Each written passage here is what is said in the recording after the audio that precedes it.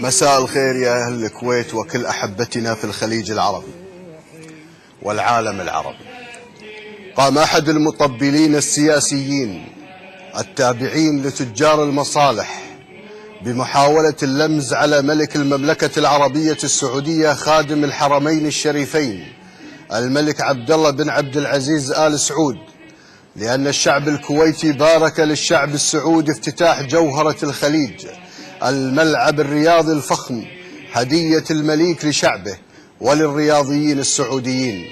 هذا السياسي المطبل لمح أو لمل من يريد أن يمدح فليذهب ويعيش في السعودية.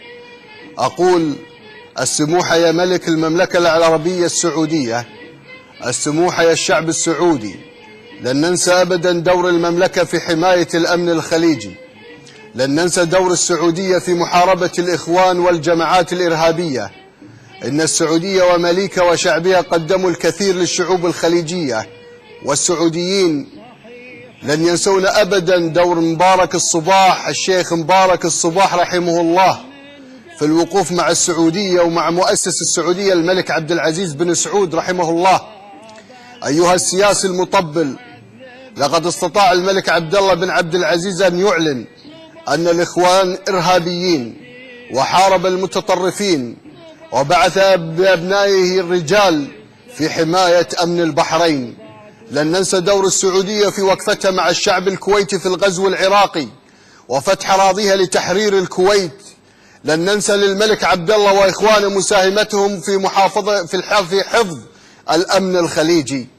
لن ينسى العالم الإسلامي دور السعودية في تطوير الحرم المكي والحرم النبوي. في السعودية الآن تطور رهيب في كل المجالات، ملعب الجوهرة الرياضي، ومدينة عبد الله الاقتصادية، وتطوير المدن السعودية، وسكك الحديد، والخير الكثير الذي يعم معظم الشعب السعودي، إلا من بعضهم الذي ينكر ويجحد النعمة التي يعيشون فيها من أصحاب الهوى السياسي.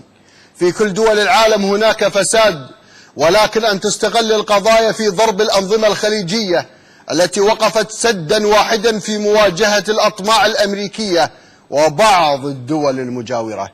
أيها المطبل السياسي، عندما تذكر السعودية ومليكها فضع يديك على رأسك وقول والنعم فيهم. السموحة أيها الملك، السموحة يا أيها الشعب السعودي، فإن هذا المطبل لا يمثل رأي الكويتيين والحكومة الكويتية. اللهم احفظ دول الخليج من المطبلين وجماعاتهم، واحفظ لنا أمننا والنعمة التي نعيش فيها. اللهم آمين. ادعو الله أن يحفظ الكويت، والله يصلح الحال إذا كان في الأصل في حال.